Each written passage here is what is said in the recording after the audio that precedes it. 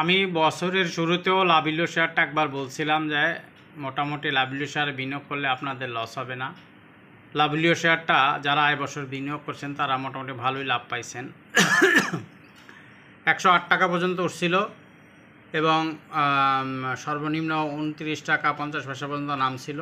আশা করি এই শেয়ারটা এখন থেকে আবার ইউটার্নে গেছে, 3 টাকা 20 পয়সা আজকে বাড়ছে। সেটার ইপিএস ভালো এবং ডিভিডেন্ডও ভালো দিছে, 10% স্টক 10% ক্যাশ দিছে। এখান থেকে লাভিল্য শেয়ারটা উপরে যাওয়ার সম্ভাবনা বেশি। যদি কেউ লাভিল্য শেয়ারটা সেল বাই করতে চান তো করতে পারেন।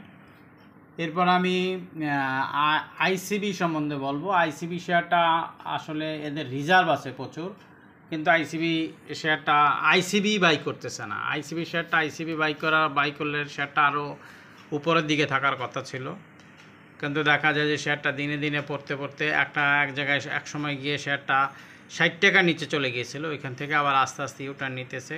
গত 3 দিনই কিছু শেয়ার বাড়ছে। আইসিবি মাত্র 2% ক্যাশ দিছে। যে শেয়ারটা গত বছর 10% দিছিল, এই বছর শেয়ারটা মাত্র 2% ক্যাশ দিছে। থার্ড কোয়ার্টার ইপিএস মাইনাস ছিল, ফার্স্ট কোয়ার্টার ইপিএস মাইনাস ছিল, যার জন্য আইসিবি সেটা ভালো ক্যাশ দিতে পারে নাই। তবে আশা করি এখান থেকে ইউটার্ন নেওয়ার সম্ভাবনাই খুব বেশি।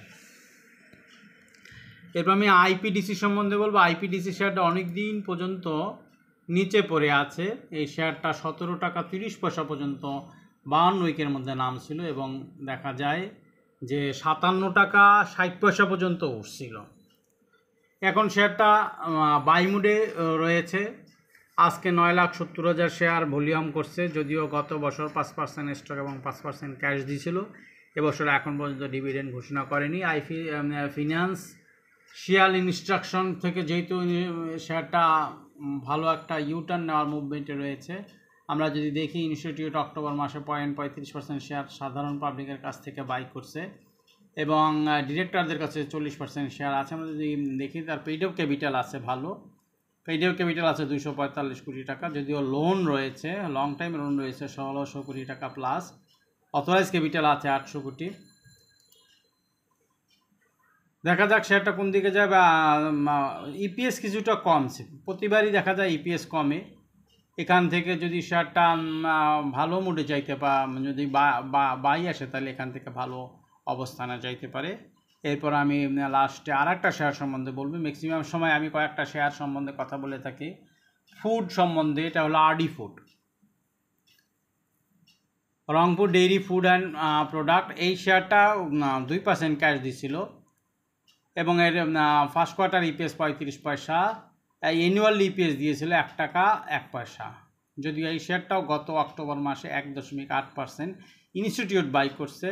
ডিরেক্টরদের যে শেয়ার থাকতে হয় অর্থাৎ 30% সেটা তাদের আছে।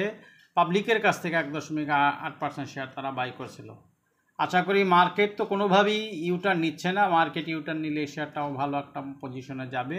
যদিও এর গ্রাফটা আজকে গ্রিন সিগন্যাল দেখাইছে। আপনারা যারা গ্রাফ ভালো বোঝেন তাতে বোঝা যাইতেছে যে আরডি ফুড শেয়ারটা সামনে যাওয়ার সম্ভাবনাই বেশি।